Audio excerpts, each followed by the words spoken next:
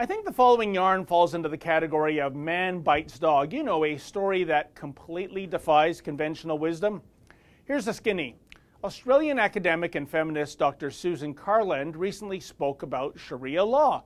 Finally, you're saying, a feminist is venturing into the no-fly zone that is Islam, rightfully denouncing a sexist system of law that essentially categorizes 50% of the population as property to be exploited as opposed to people to be respected.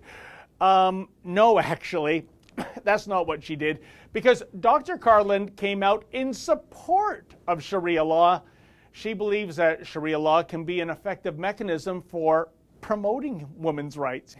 Yes, Dr. Carland believes that Sharia law can be used to persuade Muslim men that it's wrong for, say, women who are victims of rape to be stoned and or whipped for adultery. Well, in theory, the Sharia can be used that way, but I guess this will forever remain in the theoretical realm, given that I can't think of any Islamic republic in which Sharia law is being used to champion female empowerment.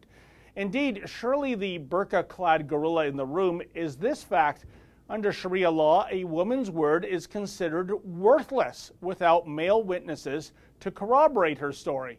Even Dr. Carland acknowledges this inconvenient truth, but she's still a fan of Sharia law. What a nut. And it gets more bizarre. In a recent speech, Garland doubled down on her position that Sharia is pro-women's rights when she actually claimed that the very concept of feminism came from Islam, not solely the secular West. Quote, you can have secular feminism, you can have Islamic feminism, you can have all different types of feminism, end quote. Yeah, Islamic feminism. Now, there's an oxymoron that might rival jumbo shrimp or the phrase, you've got to be cruel to be kind. But this inexplicable sugarcoating of Islam by an entitled feminist who converted to the faith in a Western nation seems so typical, doesn't it? After all, living comfortably in the land of Oz, Dr. Carland hasn't really experienced Sharia classic as women in regimes like Pakistan or Saudi Arabia have. She hasn't tasted the full meal deal when it comes to Islamic feminism. The only question is this: when you betray your country, you're labeled a traitor.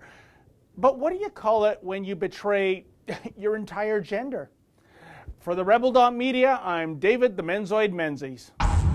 Like what you just saw? Then click subscribe below and never miss another Rebel video.